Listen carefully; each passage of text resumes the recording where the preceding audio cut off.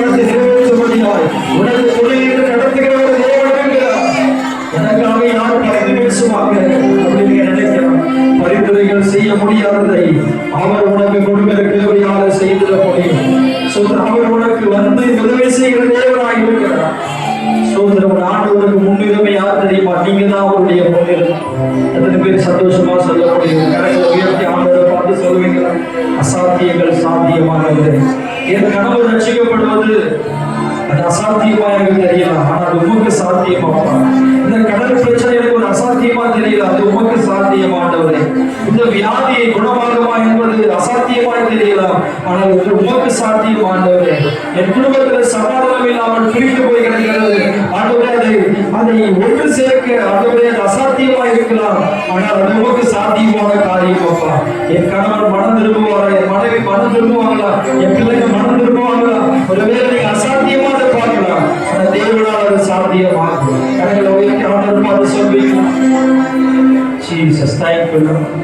அசாத்தியங்கள் சாத்தியமே தேவா உங்கள் வார்த்தையாலே அசாத்தியங்கள் சாத்தியமே தேவா உங்கள்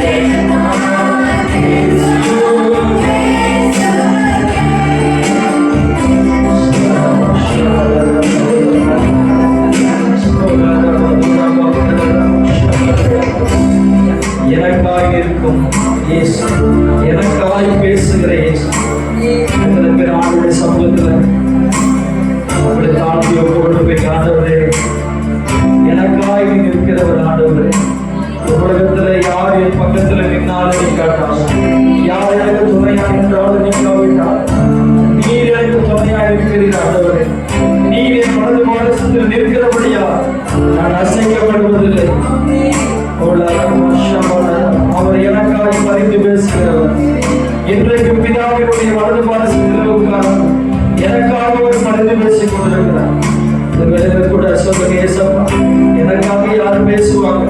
எனக்காக காத்து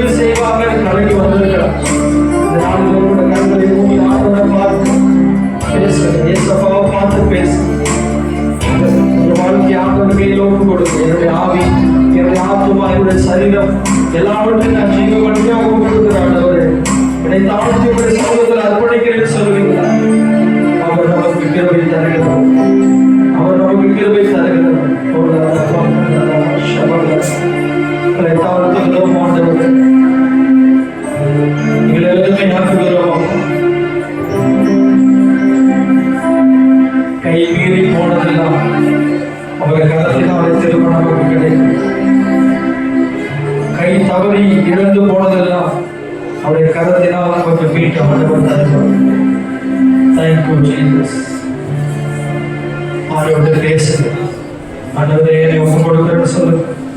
என் ஆவி ஆத்மா சரீரத்தை உங்க கரத்தில் ஒப்பு கொடுக்குறேன்.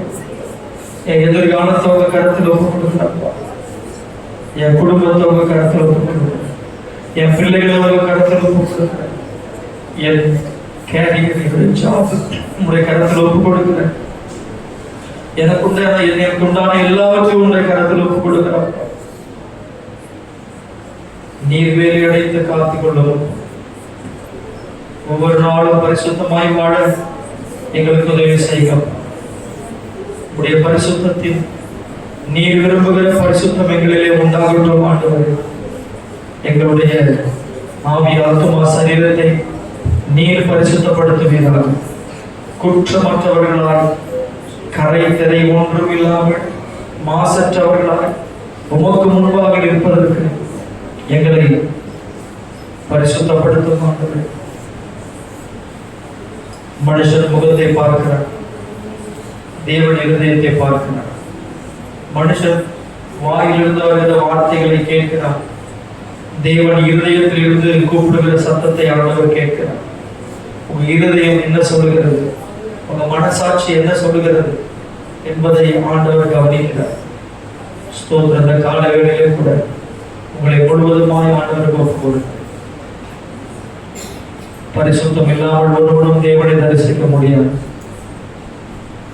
தனிப்பட்ட வாழ்க்கையில பரிசுத்தமாய் வாழ உதவி செய்யும். உடைய பிள்ளைகள் வேண்டிக் கொள்கிற ஒவ்வொரு காரியத்திலும் நீங்க அற்புதம் செய்ய போகிறதுக்காக உங்க நன்றி.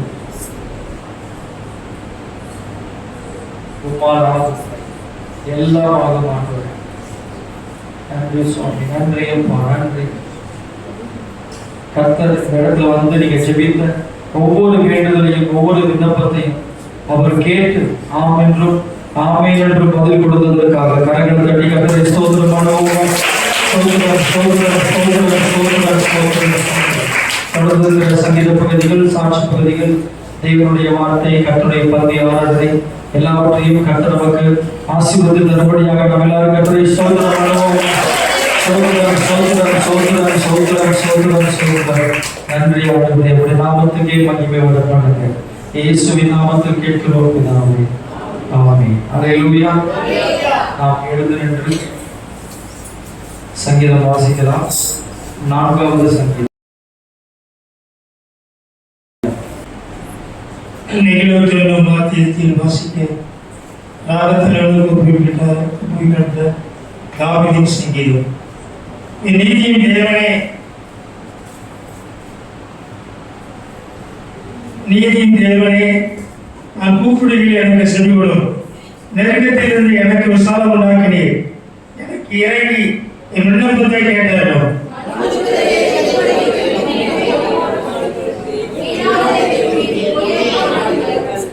பக்தியுள்ள கர்த்தர் நமக்காக தெரிந்து கொண்டார் என்று அறியுங்கள். நான் கர்த்தரை நோக்கி கூப்பிடுகையில் அவர் கேட்பார்.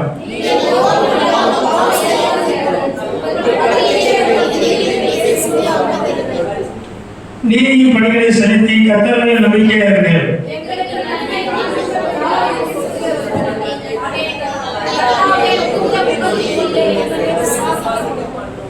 அவர்களுக்கு தானியமும் திராட்சரசமும் பெருகியிருக்கிற காலத்தின் சந்தோஷத்தை பார்க்கணும்.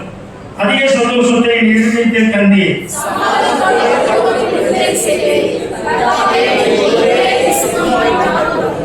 ஆமென். வாசிப்போம். சமாதானத்தோடு படித்துக் கொண்டு சுகமாய் கொள்ளப்படுகிறேன். ஆமென். அல்லேலூயா. அல்லேலூயா.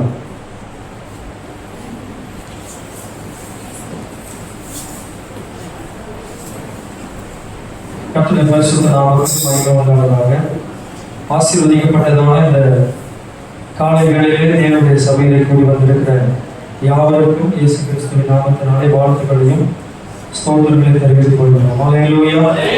நான் வாசித்த இந்த சங்கீதம் தாவீதினால் எழுதப்பட்ட சங்கீதம் என்று நான் பார்க்கக்கூடியது. இந்த சங்கீதம் ஒரு ஜெப சங்கீதமாக அறியப்படுகிறது. இந்த சங்கீதத்தில் நீங்க பார்க்கும்போது 3 காரியங்களை நாம் பார்க்க முடியும்.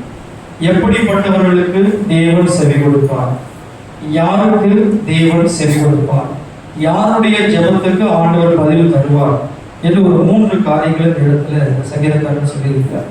முதலாவது, யாருக்கு ஆண்டவர் செவி கொடுப்பார் என்று சொன்னால், யார் தேவன் மீது நம்பிக்கை வைத்திருக்கிறார்களோ, அந்த நம்பிக்கை நிமித்தம் தேவனோடு தொடர்புடையவர்களாக இருக்கிறார்களோ, அவர்களுடைய ஜபத்துக்கு ஆண்டவர் என்ன பண்ணுவாரு? பதில் கொடுப்பார், செவி கொடுப்பார். 5வது வசனத்தை வாசிக்கும் பொழுது, நீதியின் வழிகளை செலுத்தி கர்த்தர் மேல் நம்பிக்கையாயிருங்கள். கர்த்தர் மேல் எப்படி இருங்க? நம்பிக்கையாயிருங்க. எல்லா சூழ்நிலையும் எதிராக இருந்தாலும் நீங்க கர்த்தர் மேல நம்பிக்கையா இருக்கும் போது கர்த்தர் உங்க சூழ்நிலையெல்லாம் மாற்றி போடுவார். ஆமென். ஹல்லேலூயா. தேவனை பற்றிய நம்பிக்கை தான் தேவன் உங்களுக்கு பதில் கொடுப்பதற்கு அது ஏது உண்டாக்குகிறது. 8வது வசனத்துல பார்க்கும் பொழுது, சமாதானத்தோடு படுத்துக் கொண்டு நித்திரை செய்வேன், கர்த்தாவே நீ ஒருவரே என்னை சுகமா தங்க பண்ணுகிறேன். அப்போ இந்த இடத்துல கர்த்தர் மேல அவருக்கு நம்பிக்கை இருக்கிறதுனால தான் அவர் சமாதானத்தோடு படுத்து என்ன செய்யறாரு? நித்திரை செய்யறாரு. அவருக்கு ஒரு விசுவாச நம்பிக்கை இருக்குது. கர்த்தர் ஒருவரே என்னை சுகமாய் தங்க பண்ணுறார். அல்லேலூயா. நம்மளை யார் சுகமா தங்க பண்றது? கர்த்தர் தான் நம்மளை சுகமா என்ன பண்றாரு? தங்க பண்ணுகிறார். ஆமென். அல்லேலூயா.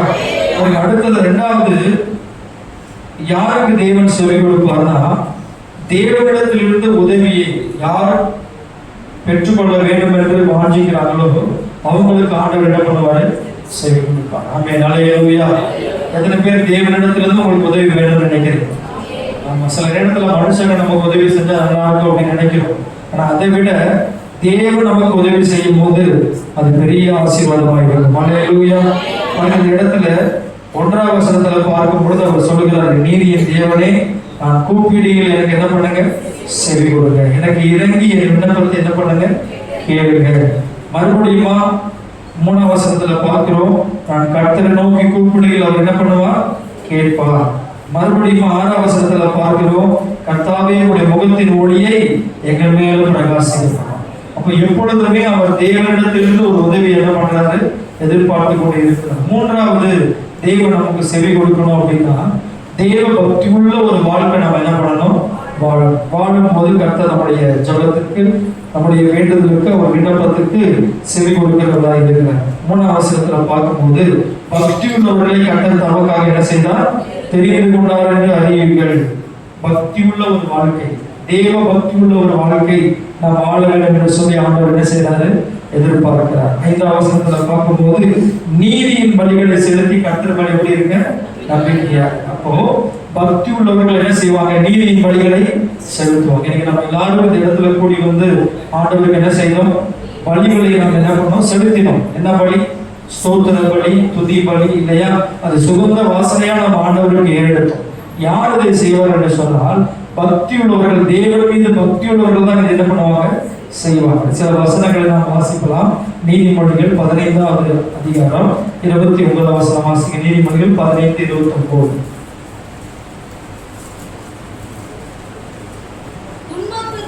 துன்மார்க்கருக்கு கர்த்தர் தூரமாக இருக்கிறார், நீதிமான்களின் ஜெபத்தையோ கேட்கிறார். எல்லாம் சொல்லுங்க, நீதிமான்களின் ஜெபத்தையோ கேட்கிறார். கர்த்தர் நம்முடைய ஜெபத்தை கேட்கணும் அப்படின்னா நாம யாரா இருக்கணும்? நீதிமானா. துன்மார்க்கனுக்கு கர்த்தர் எப்படி இருக்கிறாரா? தூரமா இருக்கிறார். அவன் பேசுற வார்த்தையை அவர் கவனிக்கிறதே கிடையாது. அவர் ஜெபத்தை அவர் கவனிக்கிறதே இல்லை. ஆனா யாருடைய ஜெபத்தை கர்த்தர் கேட்கிறாரு? நீதிமானுடைய ஜெபத்தை கர்த்தர் கேட்கிறார். யோவான் 9வது அதிகாரம் 31வது வசனம் வாசிக்க. யோவான் 9:31. பாவிகளுக்கு தேவன் செவி கொடுக்கிறது இல்லை என்று அறிந்திருக்கிறோம். ஒருவன் தேவ பக்தி உள்ளவனாய் இருந்து அவருக்கு சித்தமானதை செய்தால் அவனுக்கு அவர் என்ன பண்ணுவாரு? செவி கொடுப்பார். பாவிகளுக்கு ஆண்டவர் என்ன பண்றது இல்ல. பாவிகள் எவ்வளவுதான் கத்தினாலும் கூச்சல் போட்டாலும் ஆண்டவர் காது கொடுத்து கேட்கறது இல்லை. ஆனா ஒருவன் தேவ பக்தி உள்ளவனாய் இருந்து அவருடைய சித்தத்தை செய்கிறவனா இருந்தால் அவனுக்கு செவி கொடுப்பார். ஆமென் சொல்லுவோமா? ஹல்லேலூயா, ஹல்லேலூயா. பாருங்க, இந்த இடத்துல ஒரு பிறவி குருடர், அவனுக்கு கண்ணு தெரியல. ஆண்டவராக இயேசு தேவாலயத்தில் அவனை பார்த்து அவன் கண்ணை என்ன பண்றாரு? திறக்கிறார். அவனுக்கு ஒரு பார்வையை கொடுக்கிறார். 2 கண்ணும் பிறந்ததுல இருந்தே தெரியாது. அவனுக்கு ஆண்டவர் ஒரு அற்புதம் செய்து 2 கண்ணிலையும் பார்வை வந்துருச்சு. பாருங்க, இந்த நேரத்தில் அங்கிருந்ததான ஜெபாலய தலைவர்கள், அங்கிருந்ததான நேர பாடல்கள் எல்லாரும் இது ஓய்வு நாளாச்சே, இன்னைக்கு யார் சுகம் கொடுத்தது அப்படின்னு என்ன பண்றாங்க? கேட்கிறாங்க. யார் உனக்கு சுகம் கொடுத்தது அப்படின்னு கேட்டா அவனுக்கு தெரியும். அவங்க அப்பா அம்மாவை கூப்பிட்டு கேட்டா அவங்க என்ன பண்றாங்க? அவன் வயது உள்ளவனா இருக்கிறான், அவங்க கிட்ட என்ன பண்ணுங்க? கேட்கிறாங்க. அப்பதான் அந்த குருடன் சொல்ற வார்த்தை தான், பாவிகளுக்கு என்ன பண்ண மாட்டான் தேவன்? செவி கொடுக்க மாட்டான். ஒருவன் தேவபக்தி உள்ளவனா இருந்து அவருடைய சித்தத்தின்படி செய்யறவனுக்கு தான் கட்டளை பண்ணுவாரு. அப்ப என்னை சுகமாக்கினவர் யாரு? அவர் தேவ பக்தி உள்ளவரும் அவர் தேவ சித்தத்தை என்ன பண்றவரு? செய்யறவர். அதனாலதான் என் கண்கள் என்ன பண்ணப்பட்டிருக்குது? திறக்கப்பட்டிருக்குது. ஆமென் சொல்லுவோம். ஹல்லேலூயா. அருமையான தேவனுடைய பிள்ளைகளே, உங்களுடைய வாழ்க்கையிலும் நீங்க செய்யற ஜெபத்துக்கு உடனே பதில் கிடைக்கணுமா? உடனே அற்புதம் நடக்கணுமா? நீங்க தேவ பக்தி உள்ளவராய் வாழ்ந்து அவருடைய சித்தத்தின்படி செய்கிறவராய் என்ன பண்ணணும்? இருக்கும் போது உங்களுக்கு உடனே அவர் செவி கொடுப்பார். இன்னொரு வசனத்தை வாசிக்கலாமா? 15:7 வாசிங்க. யோவான் எழுதின சுவிசேஷம் 15ஆம் அதிகாரம் 7வது வசனம். யோவான் 15. நீங்கள் என்னிலும் என் வார்த்தை உங்களிலும் நிலைத்திருந்தால் நீங்கள் கேட்டுக்கொள்வது எதுவோ அது உங்களுக்கு செய்யப்படும். நீங்கள் கேட்டுக்கொள்வது எதுவோ அது உங்களுக்கு செய்யப்படும். இன்னைக்கு இந்த ஆலயத்துக்கு வந்து ஆராதனைக்கு வந்து நிறைய காரியங்கள் நீங்க ஆண்டவர்கிட்ட கேட்டிருப்பீங்க, அப்படிதானே? எத்தனை பேர் கேட்டீங்க? ஆண்டவர் எதை செய்ய ஆண்டவரே, அதை செய்ய ஆண்டவர் கேட்டீங்களா? அப்போ ஆண்டவர் சொல்றாரு, அது உனக்கு செய்யப்படணும் அப்படின்னா நீ என்னிலும் என் வார்த்தைகள் உன்னிலும் என்ன பண்ணணும்? நிலைத்திருக்கும் போது நீ எதெல்லாம் கேட்கிறியோ அதெல்லாம் நான் உனக்கு செய்வேன்றார் ஆண்டவர். ஹல்லேலூயா. இப்ப நம்ம ஆண்டவருக்குள்ள என்ன பண்ணணும்? நிலைத்திருக்கணும். அவருடைய வார்த்தை நமக்குள்ள நிலைத்திருக்கணும். இன்னொரு வசனத்தை எடுத்து வாசிக்கலாம். எபிரேயர் 10ஆம் அதிகாரம் 22வது வசனம். எபிரேயர் 10:22.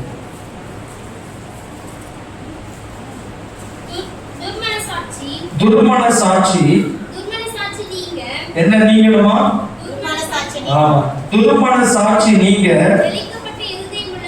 தெளிக்கப்பட்ட இருதயம் உள்ளவர்களாயும் சுத்த ஜலத்தால் கழுவப்பட்டவர்களாயும்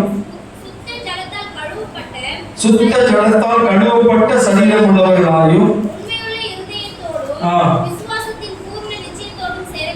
ஆமென். ஹல்லேலூயா. நமக்கு என்ன மனசாட்சி வேணும்? நல்ல மனசாட்சி வேணும். துர்மனசாட்சி என்ன பண்ணக்கூடாது? இருக்கக்கூடாது. அதுக்கு என்ன செய்யணும்னா, துர்மனசாட்சி நீக்கணும்னா தெளிக்கப்பட்ட ஒரு இருதயம் தேவை. தெளிக்கப்பட்ட இருதயம் என்ன பாஸ்டர் அப்படின்னா, இயேசு கிறிஸ்துவின் ரத்தம் நம்ம இருதயத்தில் என்ன பண்ணப்படணும்? தெளிக்கப்படும். இயேசுவின் ரத்தத்தினால நம்ம இருதயம் கழுவப்படணும். அதான் தெளிக்கப்பட்ட இருதயம். துர்மன சாட்சி நீங்க தெளிக்கப்பட்ட இருதயம் உள்ளவர்களாயும் சுத்த ஜலத்தால் கழுவப்பட்ட சரீரம் உள்ளவர்களாய். ஹல்லேலூயா. நம்முடைய சரீரத்தை எதனால கழுவணுமா? சுத்த ஜலத்தினால. இன்னைக்கு எல்லாரும் காலையில் குளிச்சுட்டு வந்தீங்களா? ஃப்ரெஷ் வாட்டர்ல குளிச்சுட்டு வந்தீங்களா? சுத்த ஜலத்தால. அதை குறித்து ஆண்டவர் இடத்துல சொல்லல. சுத்த ஜலம் என்று சொல்லப்படுவது தேவனுடைய வார்த்தை. தேவனுடைய வார்த்தை பரிசுத்த ஆவியானவருடைய வல்லமை. அந்த வல்லமையாலும் அவருடைய வார்த்தையினாலும் நம்முடைய சரீரம் என்னாகப்படணும்? பரிசுத்தமாக்கப்படணும், கழுவப்படணும். ஹல்லேலூயா. மூணாவது பாருங்க, உண்மையுள்ள இருதயத்தோடும்.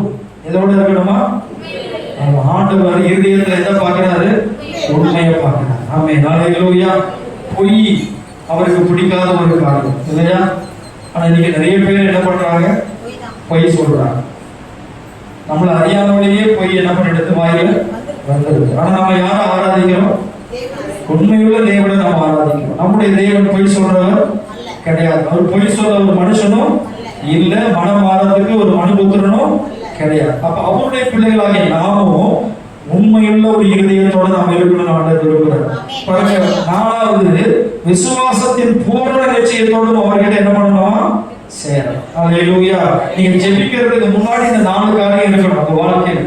துர்மனசாட்சி நீங்களும், சுத்த ஜலத்தால் கழுவப்பட்ட சரீரம் உள்ளவங்களா இருக்கணும், உண்மையுள்ள இருதயத்தோட இருக்கணும், விசுவாசத்துல பூரண நிச்சயத்தோட அவர் என்ன பண்ணணும்? சேரணும். அப்படி சேர்ந்தீங்கன்னா அல்லாமலும் நம்முடைய நம்பிக்கையை அறிக்கையிடுகிறதுல அசைவில்லாமல் என்ன பண்ணணும்? உறுதியா இருக்கணும். நீங்க என்ன நம்புறீங்க, உங்க வாழ்க்கையில் என்ன நடக்கும் நம்புறீங்களோ அதை அறிக்கையிடணும். ஆமென் சொல்லுவோம். ஹல்லேலூயா. என்ன அறிக்கையிடுவீங்க? யார் திருந்தினாலும் மனுஷா நீ மட்டும் திருந்த மாட்டேன் அப்படின்னு சொல்றீங்களே, அந்த வார்த்தை தான் அப்புறம் நடக்கும். என்ன செய்யணும்? என் வாழ்க்கை இப்படியே தான் இருக்கும், என் வாழ்க்கை இப்படியே தான் கஷ்டத்திலே போகும் அப்படின்னு நீங்க அறிக்கையிட்டீங்கன்னா என்னதான் நடக்கும்? அப்படிதான் நடக்கும். இந்த கடன் பிரச்சனை மட்டும் என்ன விட்டு நீ தீரவே தீராத போல இருக்கு அப்படின்னீங்கன்னா தீரவே என்ன பண்ணாது? தீராது. நம்பிக்கை, உங்கள் நம்பிக்கை ஆண்டவரிடத்தில் நீங்க ஜெபிக்கிறீங்க இல்லையா? என்ன ஜெபிக்கிறீங்க? அது ஆண்டவர் உங்களுக்கு செய்வார் என்கிற அந்த நம்பிக்கையை அறிக்கையிடுகிறதுல எப்படி இருக்கணும்? அசைவில்லாமல் உறுதியா இருக்க கடவுள். கடைசியா சொல்றார், வாக்குத்தத்தம் பண்ணினவர் உண்மையோடு இருக்கிறாரே. ஆமென் சொல்லுங்க. ஹல்லேலூயா. எல்லாரும் சேர்ந்து சொல்லுங்க, வாக்குத்தத்தம் பண்ணினவர் உண்மையுள்ளவராக இருக்கிறாரே. விசுவாசிக்கிறீங்களா? வாக்குத்தத்தம் பண்ணவர், உங்களுக்கு வாக்கு கொடுத்தவர், அது நிச்சயமா நிறைவேற்றி முடிப்பார். என்ன சூழ்நிலைகளா இருந்தாலும், என்ன காலங்களா இருந்தாலும், எப்பேற்பட்ட தடையா இருந்தாலும் அதெல்லாம் மாற்றி உங்களுக்காக அவர் காரியங்களை நடத்தி கொடுப்பார். ஆமென். ஹல்லேலூயா. 1 யோவான் 3ஆம் அதிகாரம் 21, 22 மட்டும் வாசிச்சுட்டா முடிக்கலாம். 1 யோவான் 3, 21, 22. பிரியமானவர்களே, நம்முடைய இருதயம் நம்மை குற்றவாளிகள் என்று தீர்க்காதிருந்தால் நாம் தேவனிடத்தில் தைரியம் கொண்டிருந்து கை கொண்டு அவருக்கு முன்பாக பிரியமானவைகளை செய்கிறபடியினால் நாம் வேண்டிக் கொள்கிறது எதுவோ அதை அவராலே பெற்றுக் கொள்கிறோம். எல்லாம் சொல்லுங்க, நாம் வேண்டிக் கொள்கிறது எதுவோ அதை அவராலே பெற்றுக் கொள்கிறோம். நாம் வேண்டிக் கொள்கிறது எதுவோ, வேண்டிக் கொண்டீங்களா? ஆண்டவர்கிட்ட என்னென்ன காரியங்கள் வேண்டிக் கொண்டு வர்றீங்க? நீங்க வேண்டிக் கொள்கிறது எதுவோ அதைங்கிற இடத்துல நீங்க என்ன வேண்டீங்களோ அதை போட்டுங்க. அதை யாரால பெற்றுக்கொள்ள போறீங்க? நீங்க வேண்டிக் கொள்கிற தேவனாலேயே நீங்க என்ன பண்ண போறீங்க? பெற்றுக்கொள்ள போகிறீர்கள். ஹல்லேலூயா. அதுக்கு நீங்க என்ன செய்யணும்? அவருக்கு முன்பாக பிரியமானவைகளையே செய்யணும். அவருக்கு முன்பாக என்ன பண்ணணும்? அவரை கோபப்படுத்துகிற அளவுக்கு நம்ம நடக்க கூடாது. நம்முடைய இருதயமே நம்மளை குற்றவாளி என்ன பண்ணக்கூடாது? தீர்க்கக்கூடாது. யார்கிட்ட வேணா தப்பு செய்யலாம், ஆனா நம்ம இருதயத்துக்கு என்ன பண்ண முடியாது? மனசாட்சி கிட்ட தப்பிக்கவே முடியாது. அது நம்மளை குற்றப்படுத்தும் என்று சொன்னால் நம்மை காப்பாற்றக்கூடிய ஒருவர் மட்டும்தான் இருக்கிறார். நம்முடைய மனசாட்சியை கழுவி நம்மை சுத்திகரிக்கிற ஒரு தெய்வம் இருக்கிறார். ஹல்லேலூயா. ஹல்லேலூயா. ஒருவேளை உங்க ஜெபத்துக்கு பதில் வராம சில பாவங்கள் உங்களுக்கு தடையா இருக்கும் என்று சொன்னார், இன்றைக்கு அந்த பாவங்கள் எல்லாம் கழுவி உங்களுக்கு நல்ல மனசாட்சியை கொடுத்து என்ன ஆண்டவர் உங்களுக்கு வாக்கு கொடுத்தாரோ அது உங்க வாழ்க்கையில் நிறைவேற்றுவதற்கு அவர் போதுமானவராக இருக்கிறார். அப்படியே கண்ணில் மூடி அவரோட கேட்கலாமா?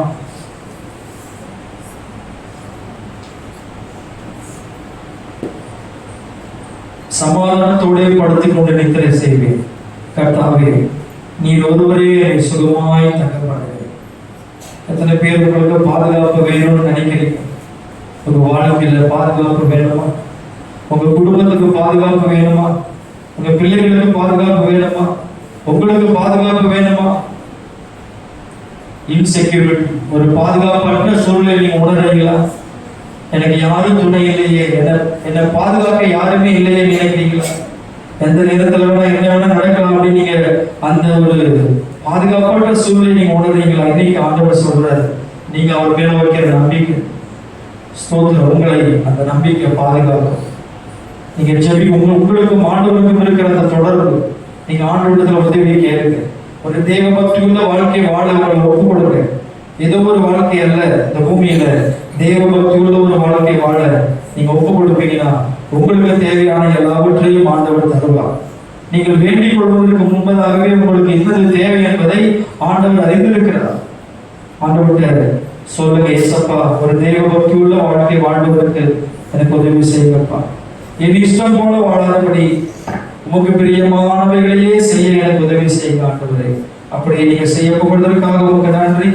இந்த ஜெபத்தை செய்து கொண்டிருக்கிற இந்த வார்த்தைக்கு கீழ்ப்படிந்து ஜெபித்துக் கொண்டிருக்கிற ஒவ்வொரு பிள்ளைகளுக்கும் நீங்க அற்புதம் செய்யுங்க, ஆசீர்வதிங்க. இயேசுவின் நாமத்தில் கேட்கிறோம் பிதாவே. ஆமென். அல்லேலூயா, அல்லேலூயா.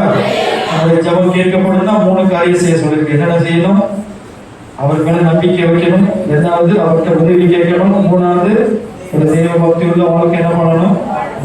3 காரியங்களை செய்யும் போது நீங்க ஜெபிக்கிற ஜெபங்களுக்கு எல்லாம் கர்த்தர் பதிலை தந்து உங்களை ஆசீர்வதிப்பார். கடந்த வாரம் ஞாயிற்றுக்கிழமை மண்மலைக்கு போயிட்டு நாங்கள் வரும்போது, ஊழியத்துக்கு போயிட்டு வரும்போது ஆட்டோ முன்னாடி போயிட்டு இருந்த பஸ் 16 பஸ் மேல வேகமாக வந்து மோதிருச்சு. பிரேக் பிடிச்சி நிற்கலை, எடுத்துக்கிட்டே போய் டப் கூட அடிச்சிருச்சு.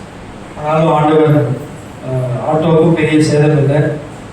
பயணம் முன்னாடியே 3 பேர் உட்காந்துருந்தாங்க, பின்னாடி நாங்கள் 6 பேர், அதுக்கப்புறம் 3 பேர், இத்தனை பேர் உட்காந்துருந்தோம். யாருக்கும் அடி இல்லை. ஆனால் அது கவர்மெண்ட் பஸ்ஸு. பஸ்ஸுக்காரங்க, டிரைவர், கண்டக்டர்லாம் எனக்கு வந்து பயங்கரமாக சத்தம் போட்டாங்க. நாங்கள் எத்தனையோ முறை சைடு கேட்டால் கொடுக்கவே இல்லை அவங்க. இருந்தாலும் தம்பி பின்னாடியே வந்துட்டு இருந்தாங்க. கொஞ்சம் பிரேக் சரியாக பிடிக்காததுனால மழை டைம் ஆனதுனால அடிச்சு இழுத்துட்டு போய் டப்புன்னு எடுத்துச்சு. ஆண்டவர் வந்து அன்னைக்கு சென்னையிலேருந்து சகலை வந்திருந்தாங்க. அவங்க தான் அடி பண்ணுற இடத்துல உட்காந்துருந்தாங்க. அவங்களுக்கு எந்த அடியும் படலை. ஆட்டோ அப்படியே கண்ணாடி ஃபுல்லாக கழட்டிட்டு வந்துச்சு. ஆண்டவர் கிருபையாக அன்னைக்கு பாதுகாத்தார். அன்னைக்கு ஃபோட்டோலாம் எடுத்துகிட்டு போயிட்டு நாங்கள் டிப்போட சொல்லுவோம், அவங்க என்ன ஆக்ஷன் இருக்கிறாங்களோ அதை செய்வோம் அப்படின்னு சொல்லிட்டு போனாங்க. ஆனால் ஆண்டவர் அந்த டிரைவர், கண்டக்டர், அவங்க உள்ளத்தில் ஆண்டவர் பேசி அறமடத்தில் இருக்கிற நம்முடைய சகோதரர்கள் அந்த டிரைவர், கண்டக்டர் பேசி பரவாயில்லப்பா அது பார்த்துக்கலாம், ஒன்றும் பெரிய அடி ஒன்றும் இல்லைன்னு சொல்லி அவங்க அதை சமாதானமாக முடிய பண்ண ஆண்டவர் உதவி செய்தார். அதை எழுதியா எங்களுக்கு அடியும் பண்ணலை.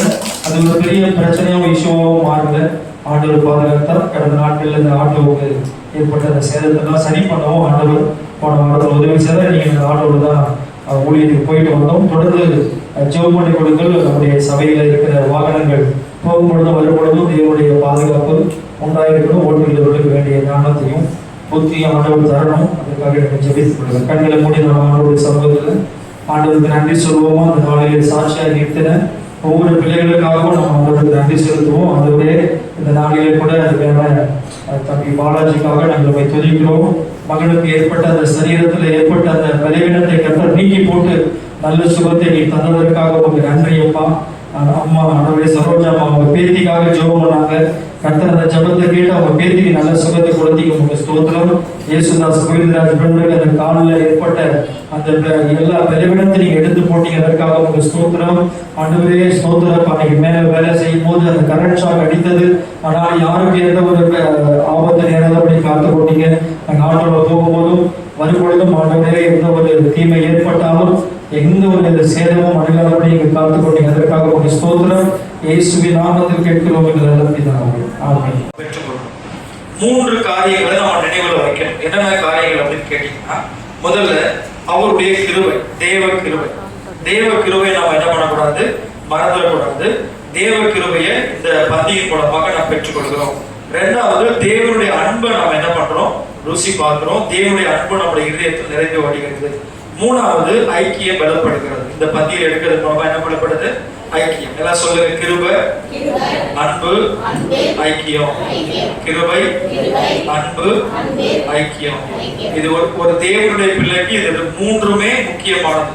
இப்ப நம்ம இங்க எல்லாரும் வந்து உட்கார்ந்து இருக்கோம்னா நம்ம எல்லாரும் நல்லவங்க, எல்லாருமே ரொம்ப பர்ஃபெக்டானவங்க அப்படின்ற இடத்துல வந்து உட்கார்ந்து அவர் கிருபையினால நம்ம என்ன பண்ணிருக்கிறோம்? இந்த இடத்துல உட்கார்ந்து இருக்கிறோம். எபேசியர் 2ஆம் அதிகாரம் 5ஆம் வசனம் வாசிங்க. எபேசியர் 2:5.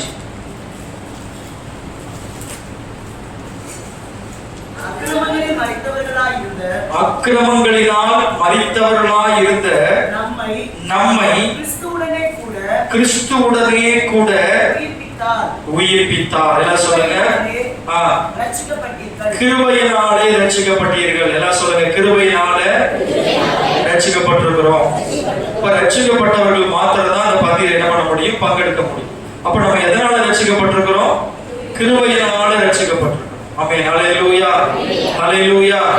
ஆமா, இந்த உலகத்துல எத்தனையோ பேருக்கு கிடைக்காத கிருபையை ஆண்டவர் நமக்கு என்ன பண்ணிருக்கிறாரு? கொடுத்திருக்கிறார். ஒரு காலத்துல நாம எல்லாரும் அக்கிரமங்களினால என்ன பண்ணிருந்தோம்? மரித்து போயிருந்தோம். ஆனா இன்னைக்கு ஆண்டவர் நம்மளை என்ன பண்ணிருக்கிறாரு? கிறிஸ்துவுடனே கூட உயிரோடு நம்மளை எழுப்பி நாம் கிருபையினாலே ரட்சிக்கப்பட ஆண்டவர் கிருபை செய்திருக்கிறார். ஹல்லேலூயா. இந்த கிருபை சாதாரணமானதல்ல. எபேசியர் 5ஆம் அதிகாரம் எபேசியர் 1ஆம் அதிகாரம் 5வது வசனம் வாசிங்க. எபேசியர் 1:5. பிரியமானவருக்குள் தாம் நமக்கு தந்தருளின தம்முடைய கிருபையின் மகிமைக்கு புகழ்ச்சியாக தம்முடைய தயவுள்ள சித்தத்தின்படியே நம்மை இயேசு கிறிஸ்து மூலமாய் தமக்கு சுவிகார புத்திரர் ஆகும்படி முன்குறித்திருக்கிறார். ஆமென். ஹல்லேலூயா. அவருக்கு பிள்ளை ஆகும்படி நம்மை ஆண்டவர் என்ன பண்ணிருக்கிறாரு? முன்குறித்திருக்கிறார். அதுதான் கிருபை. ஆமென் சொல்லுவோம். ஹல்லேலூயா. நாம தானா ரட்சிக்கப்படல, இல்ல யாரோ ஒருத்தர் மூலமா ரட்சிக்கப்படல. அவருடைய கிருபையின் மகிமைக்கு புகழ்ச்சியாக இயேசு கிறிஸ்து மூலமாய் அவருடைய பிள்ளைகள் ஆகும்படியான பாக்கியத்தை நாம் பெற்றிருக்கிறோம். ஆமென் சொல்லுவோம். ஹல்லேலூயா. ஒவ்வொரு முறையும் நம்ம பத்தி எடுக்கும் போது நாம நினைக்கணும், நான் அவருடைய பிள்ளை என்பதனால இந்த பத்தியில நான் என்ன செய்யறேன்? பங்கு பெறுகிறேன். நம்முடைய ஆண்டவர் ராஜாதி ராஜாவும் கர்த்தாதி கர்த்தாவும் தேவாதி தேவனுமா இருக்கிறார். அப்ப அவரு கூட நம்ம போய் பந்தியில அமரணும், அவரு நமக்கு பந்தி கொடுக்கணும் அப்படின்னா நாம எப்படிப்பட்டவர்களா இருக்கணும்? அவருடைய பிள்ளைகளா இருக்கணும். ஆமென். ஹல்லேலூயா. ஒரு ராஜா வீட்டு மேஜையில எல்லாரும் போய் உட்கார முடியுமா? சொல்லுங்க. எல்லாரும் போய் என்ன பண்ண முடியாது. ஆமா. ஆனா அவருடைய பிள்ளைகள் என்ன பண்ணுவாங்க? போய் உரிமையா சுதந்திரமா என்ன பண்ணுவாங்க? உட்காருவாங்க. அதே போலதான் நம்ம எல்லாரும் இயேசு கிறிஸ்து மூலமாய் அவருடைய பிள்ளைகள் ஆகும்படியான சாக்கியத்தை நாம் பெற்றிருக்கிறோம். கரங்களை தட்டி ஆண்டவரை மகிமைப்படுத்துவோம். ஹல்லேலூயா. ஹல்லேலூயா. ஆமா, நம்ம ஊர்ல நம்ம எல்லாரை விட ரொம்ப நல்லவங்களா இருந்தோம், எந்த தப்புமே செய்யாம இருந்தோம் அப்படின்னு ஆண்டவர் நம்மளை செலக்ட் பண்ணாரு? கிடையாது. பாவியிலும் மோசமான பாவியா, கேடு கேட்டவங்களா, அக்கிரமக்காரங்களா வாழ்ந்துட்டு இருந்த நம்மளதான் அவருடைய கிருபையினால கர்த்தர் நம்மளை மீட்டு கொண்டு வந்திருக்கிறார். ஆமென். ஹல்லேலூயா. ஹல்லேலூயா. இன்னைக்கு நம்ம நீதிமானா இருக்கிறோம், இன்னைக்கு நம்ம பரிசுத்தமா இருக்கிறோம், இன்னைக்கு நம்ம சொல்லிக் கொடுக்கிற அளவுக்காவது ஒரு நல்லவங்களா இருக்கிறோம், நல்ல குணங்கள் நம்ம கிட்ட இருக்குதுன்னா அதுக்கு யாரு காரணம்? இயேசுதான் காரணம். ஹல்லேலூயா. அவர் நம்மளை தொட்டபடியானதான் இன்னைக்கு அந்த மாற்றம் நமக்குள்ள என்ன பண்ணிருக்குது? வந்திருக்கு. அவர் மாத்திரம் நம்முடைய வாழ்க்கையில வராம இருந்திருந்தா யோசித்து பாருங்க, நம்முடைய வாழ்க்கை எப்படி இருந்திருக்கும்? நம்முடைய வாழ்க்கை எந்த அளவுக்கு மோசமா போயிருந்திருக்கு யோசித்து பாருங்க. அவர் நம்மளை தேடி வந்ததுனாலதான் இன்னைக்கு ஒரு புதிய மனுஷனா, புதிய மனுஷியா கர்த்தர் நம்மளை மாற்றிருக்கிறார். கரங்களை தட்டி ஆண்டவரை மகிமைப்படுத்துவோம். ஹல்லேலூயா. கர்த்தருடைய பந்தி எடுக்கும் போது ஒவ்வொரு முறையும் நம்ம நினைக்கணும், இந்த பந்தியில நான் பங்கு பெறுவது நான் நீதிமானா இருக்கிறதுனாலயோ பரிசுத்தமா இருக்கிறதுனால அல்ல, அவர் கிருபை எனக்கு கிடைச்சதுனால, அந்த கிருபையால ரட்சிக்கப்பட்டதுனால இந்த பந்தியில நான் என்ன எடுக்கிறேன்? பங்கெடுக்கிறேன் என்கிற அந்த நினைவோட நம்ம அந்த பந்தியில பங்கெடுக்கிறோம். ஹல்லேலூயா. ஆண்டவர் மட்டும் அளவுகோடு வச்சு தராசு வச்சு கரெக்டா இவங்கதான் இப்படிதான் எடுக்கணும்னு சொன்னார்னா யாருமே என்ன பண்ண முடியாது? எடுக்க முடியாது. அவருக்கு தெரியும் நம்ம தகுதி இல்லாதவன்னு தெரியும். ஆனாலும் அவர் என்ன செய்யறாரு? தகுதிப்படுத்தி இந்த பந்தியில நம்மளை பங்கெடுக்க வைக்கிறார். ஹல்லேலூயா. அவர் நம்மளை தகுதிப்படுத்தணும்னா என்ன செய்யணும்? நம்ம மனம் திரும்பணும். என்ன பண்ணணும்? மனம் திரும்பணும். நம்முடைய பாவ நிலையை நம்ம உணரணும். அது அறிக்கை செய்யும் போது ஆண்டவர் என்ன பண்றாரு? தானாவே அவர் நம்மளை என்ன தகுதிப்படுத்த முடியாது. நாம மனம் திரும்பி அவருடைய சமூகத்தில் நம்முடைய குறைகளை, நம்முடைய குற்றங்களை ஒப்பு கொடுக்கும் போது ஆண்டவர் நம்மளை என்ன பண்றாரு? பரிசுத்தப்படுத்தி இந்த பந்தியிலே பங்கு பெற நமக்கு கிருபை தருகிறார். யாருக்கு ஆண்டவர் கிருபை தருகிறார்? யாக்கோபு 4ஆம் அதிகாரம் 6வது வசனம். யாக்கோபு 4:6. அவர் அதிகமான கிருபையை அளிக்கிறாரே, ஆதலால் தேவன் பெருமையுள்ளவர்களுக்கு எதிர்த்து நிற்கிறார், தாழ்மை உள்ளவர்களுக்கோ கிருபை அளிக்கிறார் என்று சொல்லியிருக்கிறார். யாருக்கு கிருபை அளிக்கிறார்? தாழ்மை உள்ளவர்களுக்கு ஆண்டவர் என்ன அளிக்கிறாரா? கிருபை அளிக்கிறார். அதனாலதான் ஒவ்வொரு முறை கர்த்தருடைய பந்திக்கு நாம வரும்போதும் நம்மள என்ன செய்யணும்? தாழ்த்தம். பெருமை நமக்குள்ள என்ன பண்ணக்கூடாது? இருக்கக்கூடாது. எந்த பெருமையும் நமக்குள்ள இருக்கக்கூடாது. கீழே வாசிங்க அடுத்த வசனத்தை. ஆகையால் தேவனுக்கு கீழ்ப்படிந்திருங்கள், பிசாசுக்கு எதிர்த்து நில்லுங்கள், அப்பொழுது அவன் உங்களை விட்டு. ஆமா, ஏன் பிசாசுக்கு ஆண்டவர் எதிர்த்து நிக்க சொல்றாரு? அவன் தான் பெருமையை நமக்குள்ள என்ன பண்ணுவான்? கொண்டு வருவான். அவன் பிசாசு ஆனது எதனால? பிசாச படைக்கல, தேவ தூதர்களை தான் படைச்சார். அதுல ஆராதிக்கிற ஒரு கூட்டமாக அந்த பிசாசா மாறி போன அந்த லூசிபர் என்ன பண்ணா, தலைவனா இருந்தான். அவனுக்குள்ள என்னைக்கு பெருமை வந்ததோ, அந்த பாவம் வந்ததோ, அன்னைக்கே அந்த பரலோகத்திலிருந்து என்ன பண்ணப்பட்டான், கீழே தள்ளப்பட்டான். அவனுக்கு தெரியும் தேவனுக்கு எது பிடிக்காது, பெருமை பிடிக்காது. அதனாலதான் தள்ளப்பட்டேன். இன்னைக்கு அதே பாவத்தை அவருடைய பிள்ளைகளுக்குள்ள நான் என்ன பண்ணணும், கொடுத்து அவங்களும் தேவனை விட்டு என்ன பண்ணப்படணும், தள்ளப்படணும். பிசாசு என்ன பண்றான், நமக்குள்ள அந்த பெருமை என்கிற அந்த குணத்தை கொண்டு வரணும். தேவ பிள்ளைகளை ஒரு நாளும் பெருமை நமக்குள்ள என்ன பண்ணக்கூடாது, வந்துட.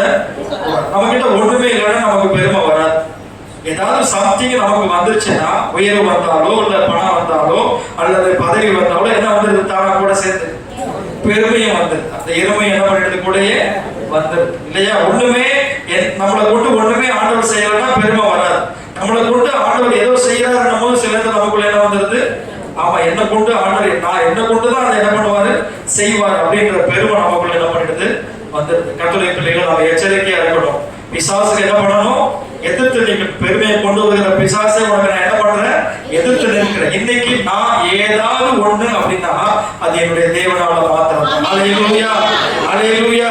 என்கிட்ட ஏதாவது இருக்கு, என்னை பத்தி ஏதாவது நல்லது சொல்லணும் அல்லது சம்திங் நான் அப்படின்னா அது யாரால மட்டும்தான், அவரால மட்டும்தான். அப்படி நீங்க சொன்னீங்கன்னா உங்களுக்குள்ள என்ன இருக்குது, தாழ்வு இருக்குது.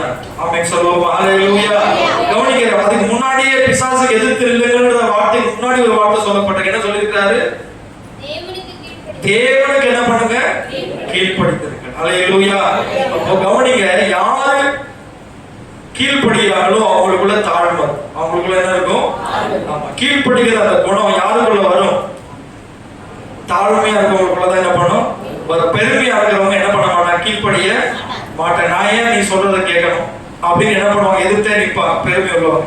ஆனா தாழ்மை உள்ளவங்க என்ன பண்ணுவாங்க, நீங்க சொல்றதை நான் செய்யறேன் அப்படின்னு செய்வாங்க. இன்னைக்கு ஆண்டவர் சொல்ல, நீ தேவனுக்கு கீழ்ப்படிந்திருக்கணும், பிசாசுக்கு என்ன பண்ணணும், எதிர்த்து நிற்கணும். ஆமென். நாளையில சொல்லுவோமா, அல்லேலூயா.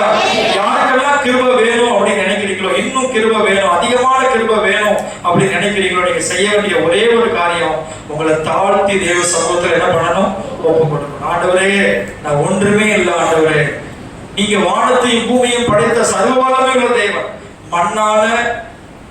மண்ணால் உருவாக்கப்பட்ட என்ன நினைக்கிறதுக்கு நான் ஏமாத்துறோம், என் குடும்பம் ஏமாத்துறோம் அப்படின்னு நீங்க உங்களை தாழ்த்தும் போது அவருடைய கிருபை உங்க மேல அதிகமாக இருக்கும். அல்லேலூயா, அல்லேலூயா.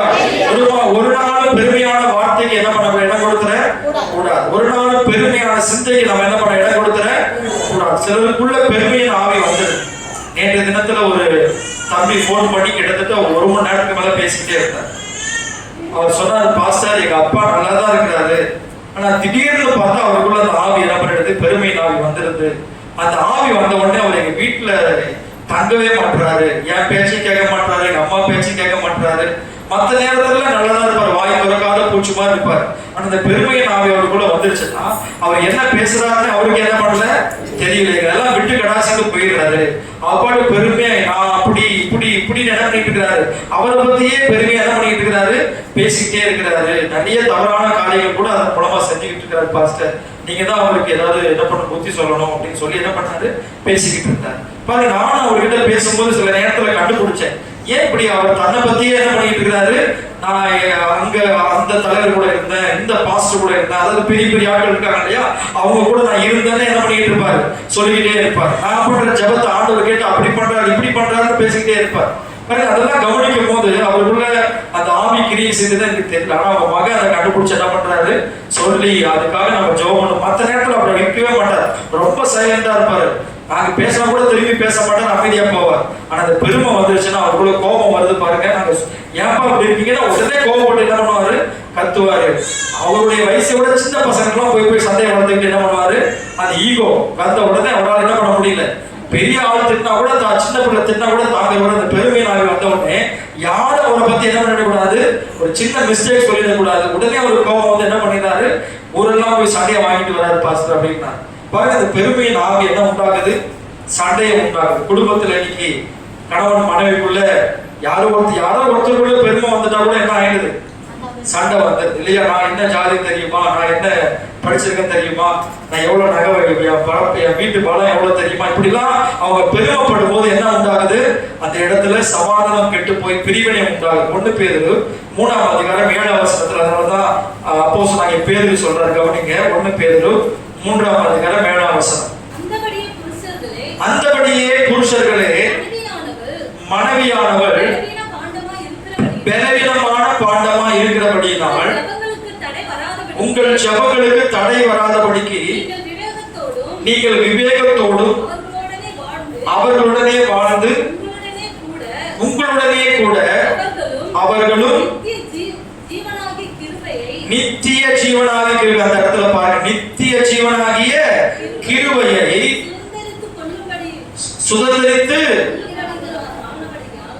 சுதந்திரித்துக் கொள்ளுகிறவர்கள் ஆனபடியால் அவர்களுக்கு செய்ய வேண்டிய கணத்தை செய்யுங்கள். அல்லேலூயா. இந்த ஆலோசனை யாருக்கு கொடுக்கப்பட்டிருக்குது? புருஷர்களுக்கு கொடுக்கப்பட்டிருக்கு. ஆமென். புருஷர்கள்லாம் கவனிங்க, கல்யாணமான புருஷர்கள்லாம் நம்முடைய மனைவி எப்படிப்பட்டவங்களா இருக்கிறாங்களா? பலவீனமான பாண்டம். எப்படி இருக்கிறாங்க? ஆமா, பார்த்தா தெரியலப்பா சார், அடி பயங்கரமா விழுது அப்படின்னு. நான் தான் பலவீனமா இருக்கிறேன், அவங்க பலனா தான் இருக்கிறாங்க அப்படிங்கிற. அவங்க எப்படிப்பட்டவங்களா இருக்கிறாங்களா? பலவீனமான பாண்டமா இருக்கிறபடியினால் நீங்க எப்படி வாழணும்? அவங்க கூட விவேகத்தோட வாழணும். எப்படி வாழணும்? விவேகத்தோட. ஆமா, கொஞ்சம் ஜாக்கிரதையாவே அவங்க கிட்ட இருக்கணும் அப்படின்னு ஆண்டவர் என்ன பண்றாரு? சொல்றாரு. ஆமென். ஹல்லேலூயா. ஏன்னா நீங்க மட்டும் பரலோகம் வந்தா போதாது, உங்க மனைவியை என்ன பண்ணிட்டு வரணும்? கூட்டிட்டு வரணும். நீங்க பண்ற ஜெபத்துக்கெல்லாம் பதில் கிடைக்கணும்னா உங்க மனைவி என்ன பண்ணணும்? கணம் பண்ணி வாழணும் அப்படின்னு ஆண்டவர் சொல்றார். ஆமென். சொல்லுவோம். ஹல்லேலூயா. ஹல்லேலூயா.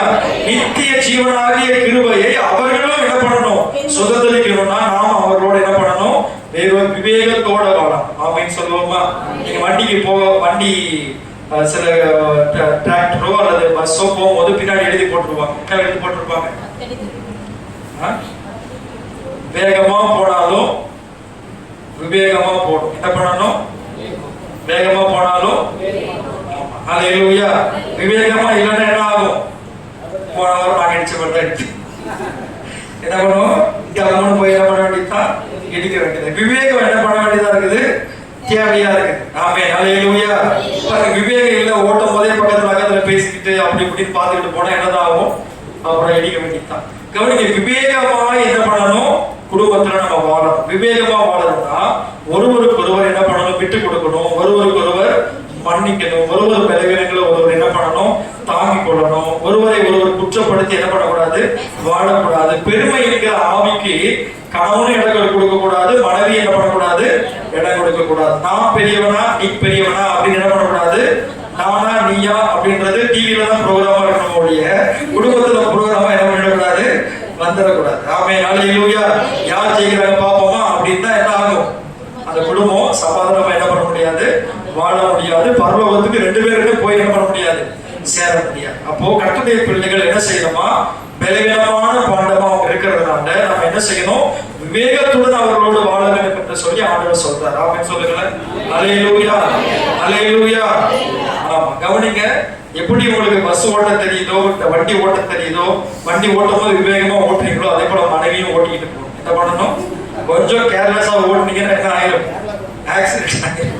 கேரளா கொண்டு போயிருமா? ஆக்சிடென்ட் ஆயிரும். என்ன ஆயிரும்? அப்புறம் விபத்து நடந்தா என்ன காயம் உண்டாகிறது நிச்சயம். இல்ல விபத்து ஆனா என்ன ஆகும்? அடி தலையில படுமோ, காலில் படுமோ, இதயத்துல படுமோ, எங்க படுமோ தெரியாது. பாதிப்பு யாருக்கு தான்? டிரைவருக்கு தான். பாதிப்பு யாருக்கு தான்? வண்டிக்கும் பாதிப்பு தான், டிரைவருக்கு எதாவது வரும், பாதிப்பு தான் வரும். அதனால விவேகத்தோடு என்ன பண்ணணுமா? வண்டியை ஓட்டணும். ஆமென். சொல்லுங்களேன். ஹல்லேலூயா. வாழ்க்கையில நம்ம கடந்து போகிற சூழ்நிலையில பல பிரச்சனைகள், பல போராட்டங்கள், பல காரியங்கள் வரும். அந்த நிலைமையில நம்ம ஜெபிக்கணும். ஆண்டவரே, நானும் என் மனைவியும் இணைந்து, நானும் என் கணவனும் இணைந்து நித்திய ஜீவனாகிய கிருபையை நாங்கள் என்ன பண்ணணும்? சுதந்திரித்துக் கொள்ள எங்களுக்குள்ள படுகிற அந்த ஜெபத்துக்கு தடை வராதபடிக்கு நாங்கள் விவேகமாய் வாழ எங்களுக்கு என்ன செய்யுங்க ஆண்டவரே? உதவி செய்யுங்கன்னு கேட்கணும். அதுக்கு ஆண்டவர் என்ன தருவார்? கிருபையை தருவார். முதல்ல நமக்கு என்ன தேவை? எல்லாவற்றுக்கும் கிருபை தேவை. ஆமென். விசேஷமா குடும்பத்தை நடத்துறதுக்கு என்ன தேவை? கிருபை தேவை. ஆமென். ஹல்லேலூயா.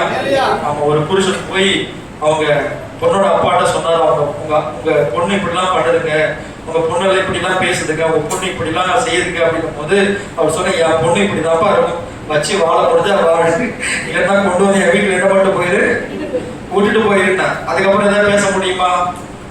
என்ன பண்ண முடியாது. அப்படிதான் என் பொண்ணு, நான் அப்படிதான் அது வளர்ந்துருக்குது, அப்படிதான் அது செய்யும். அதுக்கப்புறம் நான் என்ன பண்ண, நானும் அப்படிதான் என்ன பண்ணிருந்தேன், 25 வருஷமா 30 வருஷமா வச்சு வளர்ந்துட்டு இருந்தேன். இப்போ உன் கையில நீ என்ன பண்ண பிடிச்சி கொடுத்துட்டேன். அன்னைக்கு கடைசியா எனக்கு கண்ணீர் வடிச்சு எனக்கு தெரியுமா? பாவம் அந்த பையன், இந்த பையன் இது வரைக்கும் நான் கண்ணீர் வச்சுக்கிட்டு இருந்தேன் அந்த பொண்ணால, இனிமேல் நாம இவன் தான் கண்ணீர் வடிக்க போறான்னு உடனே நினைச்சதாப்பா நடந்தேன் அப்படின்னு சொன்னார். ஆமென், ஹல்லேலூயா. கர்த்தருடைய பிள்ளைகளை நாம் எல்லாரும் என்ன பண்ணணும், வாழ்க்கையில 2 பேர்கிட்டயுமே என்ன இருக்குது, குறைவுகள் இருக்குது. No one is perfect. யாருமே நிறைவானவங்க கிடையாது. எல்லாருமே கேரக்டர் வைஸ் அப்படியே பர்சனாலிட்டி எல்லாமே அப்படியே 100க்கு 100 கரெக்டா இருக்கும்னு என்ன பண்ண முடியாது, எதிர்பார்க்க முடியாது. கண்டிப்பா அவங்கள்ட்ட இருக்கிற குறையை விட நம்ம கிட்ட தான் எப்படி இருக்கும், அதிகமா. அதை புரிந்து கொண்டு உணர்ந்து கொண்டு நம்ம கடைசி வரைக்கும் ஒன்றா சேர்ந்து என்ன பண்ணணும், வாழணும் என்கிற அந்த நிச்சயத்தோடு நம்ம என்ன பண்ணணும், இணைந்து வாழணும். ஏன்னா நம்ம இணைக்கப்பட்டது தேவனுடைய சித்தத்தினால இணைக்கப்பட்டது. ஹல்லேலூயா. தேவன் தான் நீங்க ஒருவேளை ரட்சிக்கப்படாமே இருந்தாலும் நீங்க இந்துவாக இருந்தா கூட கர்த்தர் தான் உங்களை என்ன பண்ணிருக்கிறாரு, இணைச்சிருக்கிறார். அந்த இணைப்பை ஒரு தேவன் இணைத்தது மனுஷன் என்ன பண்ணக்கூடாது, பிரிக்க கூடாது. ஆமென், ஹல்லேலூயா.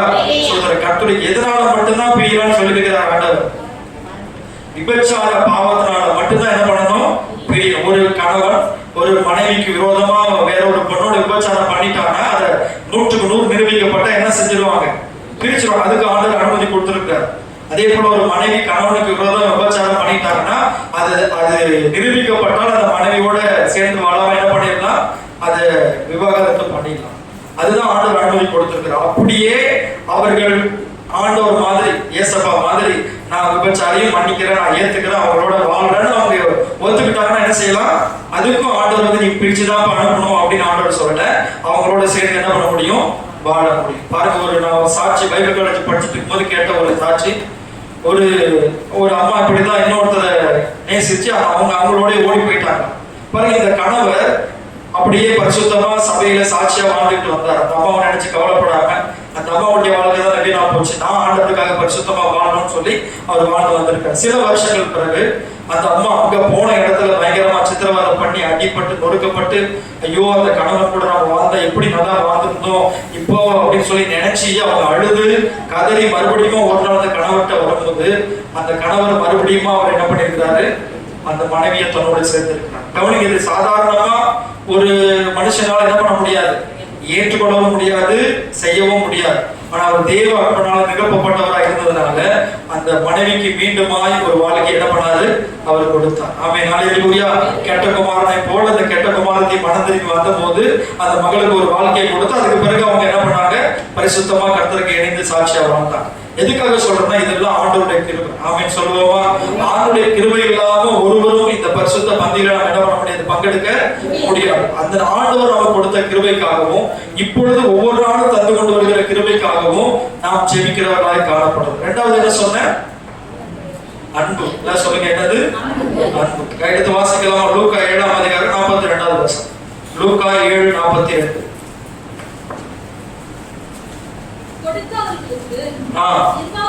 கொடுக்க அவர்களுக்கு நிர்வாகம் இல்லாத போது இருவருக்கும் கடனை மன்னித்து விட்டார். இப்படி இருக்க அவர்களில் எவன் அவனிடத்தில் அதிகமாய் அன்பாய் இருப்பான். பாருங்க, இயேசு கிறிஸ்து இந்த இடத்துல ஒரு ஓமையை சொல்றார். என்ன ஓமை? ஒரு எஜமான் இருந்தாரு. அந்த எஜமான் வந்து ஒருத்தருக்கு 500 பணம் கொடுத்தாரு, ஒருத்தருக்கு 50 ரூபாய் பணம் கொடுத்தார். வாசிக்க அந்த வசனத்தை 2ஆம் 3ஆம் வசனம் மேல இருக்கு பாருங்க.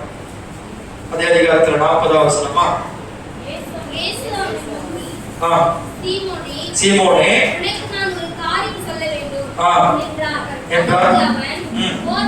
போதகரே சொல்லும் என்றார்.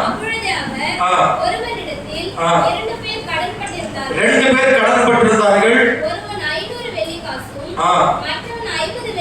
பாருங்க, மொத்தம் 500 வெள்ளிக்காசு கடன் வாங்கியிருக்கா, இன்னொருத்தர் 50 வெள்ளிக்காசு கடன் வாங்கியிருக்கா. 2 பேருக்குமே கொடுக்கறதுக்கு, கடன் வாங்கிட்டு திருப்பி கொடுக்கறதுக்கு என்ன இல்ல, நிர்வாகம் இல்ல, வசதி இல்ல, ரொம்ப கஷ்டப்படுறாங்க. இதுல கேட்டு கேட்டு அவனும் பார்த்துட்டு கடைசியில் அவன் என்ன பண்ணிட்டான், சரிப்பா 500 ராத்த வெள்ளி காசு நீ கொடுக்க வேணாம், நீ 50 வெள்ளி காசு என்ன பண்ண வேண்டாம், கொடுக்க வேணாம் அப்படின்னு சொன்ன உடனே இதுல யாரு அந்த மனுஷனை ரொம்ப அதிகமா நேசிப்பாங்க, அன்பு கூறுவாங்க? யாருக்கு அதிகம் மன்னிக்கப்பட்டதோ அவன் அதிகமா என்ன பண்ணுவான், அன்பு கூறுவான். பாருங்க, சீமோன் என்ற வீட்டுக்கு ஏசப்பா போறாரு, சீமோனுடைய வீட்டுக்கு. அங்க அவனுக்கு ஆண்டவருக்கு கால் கழுவ தண்ணி கொடுக்கல, அவரை சரியான முறையில வரவேற்கல. ஆனா அந்த வீட்டுக்குள்ள போய் உட்கார்ந்த உடனே ஒரு பாவியான ஸ்திரீ போய் தன்னுடைய கண்ணீரால் அவருடைய பாதங்களை கழுவி தன்னுடைய தலைமையினால தொடச்சி தன்னுடைய முத்தம் கொடுத்து அந்த ஆண்டவரிடத்துல என்ன பண்ற, அன்பு கூறுகிறார். அதுதான் ஆண்டவர் சொல்றாரு, யாருக்கு அதிகமாய் மன்னிக்கப்பட்டதோ அவர்கள் அதிகமாய் அன்பு கூறுவார்கள். அல்லேலூயா, அல்லேலூயா. உங்களுடைய பாவம் அதிகமா மன்னிக்கப்பட்டிருந்ததுன்னா நீங்க அதிகமா ஆண்டவரிடத்துல அன்பு கூறணும். ஆமென் சொல்லுவோமா? அல்லேலூயா. நம்முடைய எல்லாருடைய பாவங்களையும் ஆண்டவர் என்ன பண்ணிருக்கிறாரு, மன்னித்திருக்கிறார். எடுத்து வாசிங்க, யூதா 12வது வசனத்தை வாசிங்க. யூதா நிருபத்தை 12வது வசனம். இவர்கள் பாத்தீங்களா, அன்பின் விருந்து. இந்த இடத்துல பாத்தீங்கன்னா சபைகளிலே அன்பின் விருந்து, ஐக்கிய விருந்து நம்ம கொள்றோம், கர்த்தருடைய பந்தி. இந்த அன்பின் விருந்துல சில பேர் எப்படி இருக்கிறாங்கன்னா, கரைகளா இருந்து பயமின்றி, ஆமா பயமின்றினா அவங்க பாவம் செஞ்சுட்டு கொஞ்சம் கூட பயமே இல்லாம யார் கூட வந்து விருந்துன்றாங்க, பரிசுத்தவான்களோடு. தேவன் யாரை அவர் தகுதிப்படுத்தி இருக்கிறாரோ அவர்களோடு கூட வந்து அவங்க என்ன பண்றாங்க, பந்தி இருந்து. கிளவாசிங்க, தங்களை தாங்களே என்ன பண்றாங்களா, அவங்களுக்குன்னு ஒரு மேய்ப்பர் கிடையாது, அவங்களே என்ன பண்ணிக்கிறாங்க, மேய்ச்சிக்கிறாங்க. அடுத்தது கிளவாசிங்க, இவர்கள் காற்றுகளால் அடியோடு ஓடுகிற தண்ணீரற்ற மேகங்களும்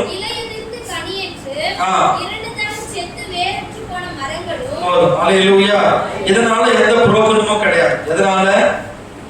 சில நேரத்துக்கு இப்ப மேகம் வருதுன்னு பாருங்க, கொஞ்சம் மேகமா இருந்தாலும் என்ன பண்ணும், ஜெயா சிஸ்டர் என்ன பண்ணுச்சு, கொஞ்சம் மேகம் தான் வந்துச்சு, என்ன பண்ணுச்சு, பட தண்ணி ஊற்றிச்சு. சோளம் அவங்க காய வச்சுட்டு இருக்கோம். அவங்க நினைக்கவே இல்லை இந்த மேகம். காரணம், அந்த மேகத்துல என்ன இருந்துச்சு, தண்ணி இருந்துச்சு. சில நேரத்துல பார்த்தா கருகருன்னு இருட்டா வரும், ஆனா என்ன பெய்யாது, பார்த்தா அது அப்படியே அடிச்சுக்கிட்டே போயிடும். அது காரணம் தண்ணீரற்ற மேகம். அதுல தண்ணி இல்லாதனால எவ்வளவு காத்து அடிச்சாலும் என்ன பண்ண, அது பிரயோஜனமே இல்ல, அது பாட்டுல வேகமா போய் சேர்ந்துடும். ஆனா தண்ணி உள்ள வேகமா இருந்துச்சுன்னா அது மேல காற்று பட்ட உடனே அது என்ன செய்யும், பயங்கரமான இடத்துல மழை பெய்யும். தேவனுடைய பிள்ளைகளை நாம் எப்படி இருக்கணும், தண்ணீர் உள்ள மேகத்தை போல. அல்லேலூயா. அன்பின் விருந்துல, இந்த விருந்துல நம்ம கரையா இருக்கக்கூடாது, நாம ஒரு ஆசீர்வாதமா இருக்கணும். அதுக்கு நமக்கு தேவ அன்பு நம்ம இருதயத்துல என்ன பண்ணப்பட்டிருக்கணும், நிரப்பப்பட்டிருக்கணும். அதே அதிகாரத்துல 21 வசனம் வாசிங்க, யூதாவுல 21. தேவனுடைய அன்பிலே உங்களை காத்துக்கொண்டு நித்திய ஜீவனுக்கு ஏதுவாக இரக்கத்தை பெற என்ன பண்ணுங்க, காத்திருங்க. அல்லேலூயா. எதுக்கு ஏதுவாக, நித்திய ஜீவனுக்கு ஏதுவாக. நான் ஏற்கனவே சொல்லியிருக்கிறேன், என் மாம்சத்தை புசித்து ரத்தத்தை பானம் பண்ணுகிறவனுக்கு நித்திய ஜீவன் உண்டு. அப்ப அந்த நித்திய ஜீவனுக்கு ஏதுவாக நாம் இருக்கணும்னா தேவ அன்பினாலே நம்மை காத்துக் கொள்ள வேண்டும். ஆமென் சொல்லுவோமா? அல்லேலூயா, அல்லேலூயா. எத்தனை பேர் தேவ அன்பினால உங்களை காத்து கொண்டு வர்றீங்க? உலகத்தில் இருக்கிற மனுஷனுடைய அன்பெல்லாம் மாறி போயிடும், இல்லாம போயிடும், காணாமல் போயிடும் இல்லையா? ஆனா இயேசுவினுடைய அன்புதான் நிரந்தரமான அன்பு, நிலையான அன்பு, மாறாத அன்பு. அந்த அன்பினாலே உங்களை காத்துக்கொள்ளும். நிறைய பேர் மனுஷனுடைய அன்பை எதிர்பார்த்து ஏமாந்து போறாங்க. நீங்க கூட ஏமாந்து போயிருக்கலாம், மனுஷனுடைய அன்பை எதிர்பார்த்து ஏமாந்து போயிருக்கலாம் இல்லையா? இவங்க என் மேல அன்பா இருப்பாங்க, இவங்க என்ன நேசிப்பாங்க, இவங்க எனக்காக எல்லாம் செய்வாங்க அப்படின்னு நீங்க நம்பி நீங்க ஏமாந்து போயிருக்கலாம். ஆனா இயேசு உங்களை ஒரு நாள் ஏமாத்தவே மாட்டார். அல்லேலூயா.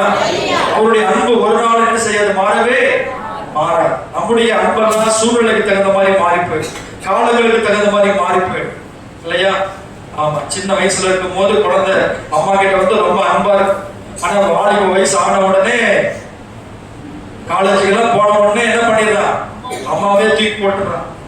இன்னொருத்தி யாராவது வந்தானா அவளை தூக்கி தலையை வச்சு என்ன பண்ணிட்டு இருக்கிறான், ஆடிக்கிட்டு இருக்கான். பெத்த தாய் என்ன பண்றது இல்ல, அசட்டையா அப்படின்னு நினைக்கிறான். கொஞ்சம் படிப்பு வந்த உடனே, கொஞ்சம் அறிவு வந்த உடனே, கொஞ்சம் பிஏ எம்ஏ ஆன உடனே யாரும் படிக்கிறது இல்லை.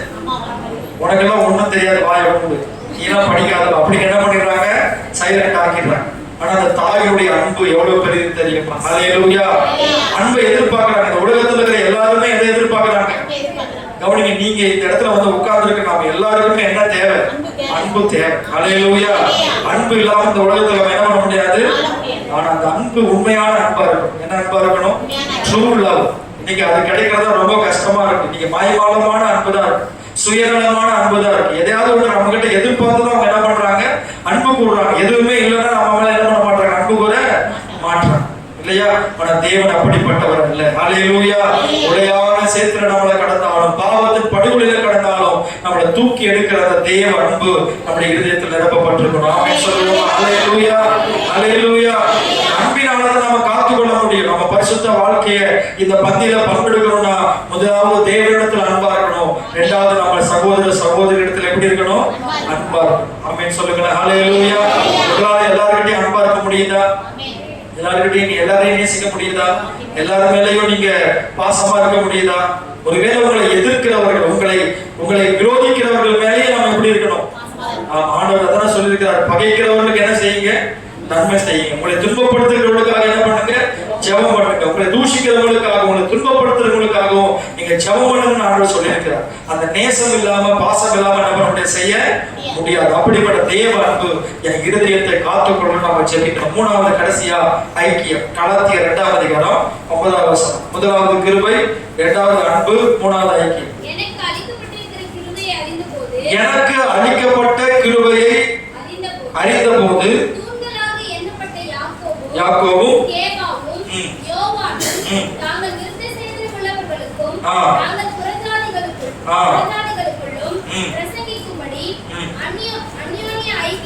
அந்யோன்ய ஐக்கியத்திற்கும் அடையாளமாக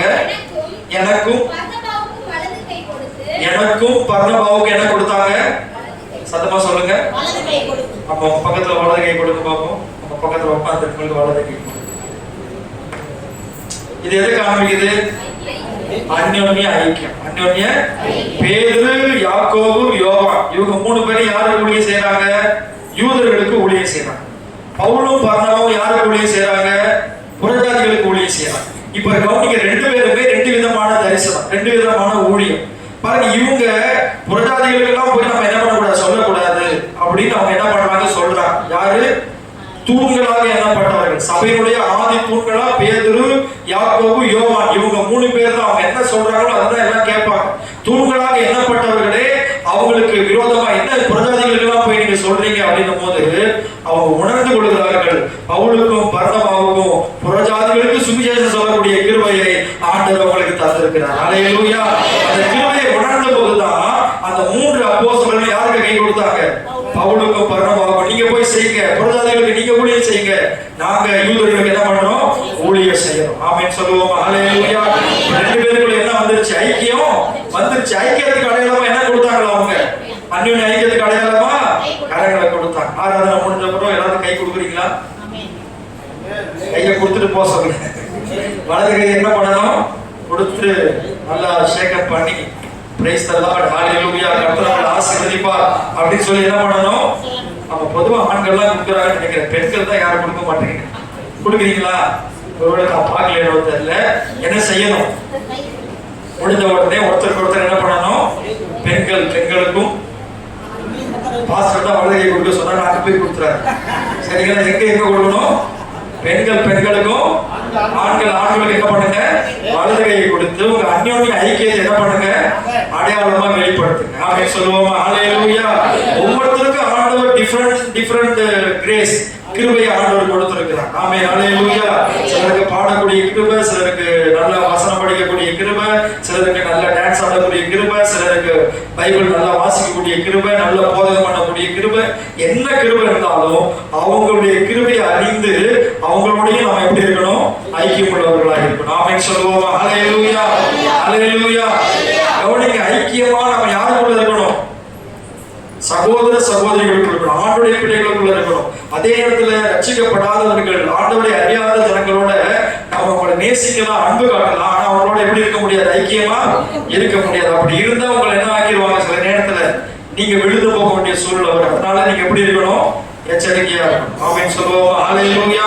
பிலிப்பியர் 3ஆம் அதிகாரம் 10ஆம் வசனம் வாசிங்க. இன்னொரு வார்த்தைக்கு நேரம் நம்ம கடந்து செல்லலாம். பிலிப்பியர் 3:10. இப்படி நான் அவரையும் அவருடைய உயிர்த்தெழுதலின் வல்லமையையும் அவருடைய பாடுகளின் ஐக்கியத்தையும் அறிகிறதற்கும் அவருடைய மரணத்திற்கு ஒப்பான மரணத்திற்குள்ளாகி எப்படி ஆயினும் நான் மரித்தோரில் இருந்து உயிரோடு எழுந்திருப்பதற்கு என்ன ஆகணும்? தகுதியாகணும். உயிரோடு எழுந்திருக்கிறதுக்கு தகுதி ஆகணும் அப்படின்னா பாடுகளில் நாம் என்ன பண்ணணும்? ஐக்கிய.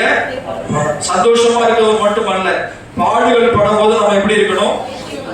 ஐக்கியமா இருக்கணும். உங்க வாழ்க்கையில என்ன பாடுகள் வந்தாலும் நீங்க எப்படி இருக்கணும்? ஆண்டவரோட ஐக்கியமா இருக்கணும், கிறிஸ்துவோட ஐக்கியமா இருக்கணும், தேவ பிள்ளைகளோட என்ன பண்ணணும்? ஐக்கியமா இருக்கணும். Unity is the strength. நீங்க எவ்வளவு ஐக்கியமா இருக்கிறீங்களோ அவ்வளவு பலனா இருப்பீங்க. ஆமென் சொல்லுவோமா? எவ்வளவு நீங்க தனியா பிரிஞ்சு பிரிஞ்சு பிரிஞ்சு போறீங்களோ அவ்வளவு வீக்கா நீங்க என்ன பண்ணிட்டே இருப்பீங்க? மாறிட்டே இருப்பீங்க. உங்களை தாக்குறதுக்கு, உங்களை அழிக்கிறதுக்கு பிசாசு போடுற முதல் கண்ணி என்ன தெரியுமா? உங்களை தனியா என்ன பண்ணிட்டு போனோம்? பிரிச்சு கொண்டு போகணும். யாரெல்லாம் இந்த ஐக்கியத்தை கெட நான் விட மாட்டேன், ஐக்கியத்தை காத்துக்கொள்வேன் என்று சொல்லி நீங்க சொல்றீங்களோ உங்களோடு கூட ஆண்டவர் இருந்து உங்கள் ஐக்கியத்தை பலப்படுத்துவார். ஹல்லேலூயா. 1 கொரிந்தியர் 1:9 வாசிக்க. 1 கொரிந்தியர் 1:9. நாம் தம்முடைய குமாரனும் இயேசு கிறிஸ்துவுடனே ஐக்கியமாய் இருப்பதற்கு உங்களை அழைத்த தேவன் உண்மையுள்ளவராக இருக்கிறார். சொல்லுங்க, உண்மையுள்ளவராக இருக்கிறார். உங்களை அழைத்த தேவன் எப்படி இருக்கிறாரு? எதுக்கு உண்மையுள்ளவராக இருக்கிறாரு? நீங்க அவர் கூட ஐக்கியமா இருப்பதற்கு அவர் உண்மையுள்ளவராக இருக்கிறார். ஹல்லேலூயா. ஒரு நாள் நீங்க அவர்கிட்ட போகும்போது உங்களை வெறுத்து என்ன பண்ண மாட்டார்? தள்ளவே மாட்டார். நம்ம என்னால அன்னைக்கு போலீஸ் சொன்னார்ல, அந்த இல்லையா சாட்சி சொல்லும் போது என்ன சொன்னார்? ஒரு பையன் எவ்வளவுதான் நாஸ்தி பண்ணிட்டு வந்தாலும் அப்பா கிட்ட அப்பான்னு வரும்போது என்ன பண்ணுவாரு? ஏச்சி போடா, என்ன பக்கத்துல வர என்ன பண்ண மாட்டாரு? சொல்ல மாட்டார். அவனை கட்டி அணைச்சி அவனை முத்தம் கொடுத்து அவனை சுத்தம் பண்ணி என்ன பண்ணுவாரு? தன்னுடைய பிள்ளையா அவர் பார்ப்பார். ஹல்லேலூயா. இதே போலதான் நம்முடைய ஆண்டவர் நம்மை அழைத்த தேவன் அவர் உண்மையுள்ளவராக இருக்கிறார். 3 காரியங்களை நமக்கு நம்முடைய வாழ்க்கையில தரார். ஒண்ணு என்னது? அவருடைய கிருபை. 2வது என்னது? அவருடைய அன்பு. 3வது நம்ம ஐக்கியமா இருக்கணும். படிக்கிட்டு ஜெபம் பண்ணுவோமா? இந்த 3 காரியங்கள் நம்முடைய வாழ்க்கையில இருக்கணும்னு ஆண்டவர் எதிர்பார்க்கிறார். ஒருவேளை நீங்க பெற்றுக் கொண்டிருந்தீங்கன்னா அதுக்காக ஆண்டவருக்கு நன்றி சொல்லுங்க. ஒருவேளை இன்னும் எனக்கு கிருபை கிடைக்கல, இன்னும் நான் ரட்சிக்கப்படல அப்படின்னு இன்னைக்கு ஆண்டவருக்கு அந்த கிருபையை கேளுங்க. இன்னைக்கு இயேசு உங்களை அன்போடு அழைக்கிறார். உங்களுக்காக தன்னுடைய ஜீவனை அவர் கொடுத்திருக்கிறார். உங்களுக்காக தன் உயிரையே அவர் கொடுத்திருக்கிறார். அவருடைய அன்பு மாறாதது. இன்னைக்கு நீங்க ஒருவேளை ஏமாந்து போய் இந்த இடத்துல வந்து நிக்கலாம், ஆனால் அவருடைய அன்பு மாறவே மாறாது. அவருடைய அன்பினால உங்களை அலங்கரிப்பார். அவருடைய அன்பினால உங்க இருதயத்தை நிரப்புவார். நீங்க சொல்லுங்க, ஆண்டவரே உங்க அன்பினால என் இருதயத்தை நிரப்புங்க. உங்க திவ்ய அன்பினால என் இருதயத்தை நிரப்புங்க ஆண்டவரே. அதிகமான கிருபை அளிக்கிறீங்க ஆண்டவரே, எனக்கு அந்த அதிகமான கிருபையை தாங்க ஆண்டவரே. கேட்பீங்களா?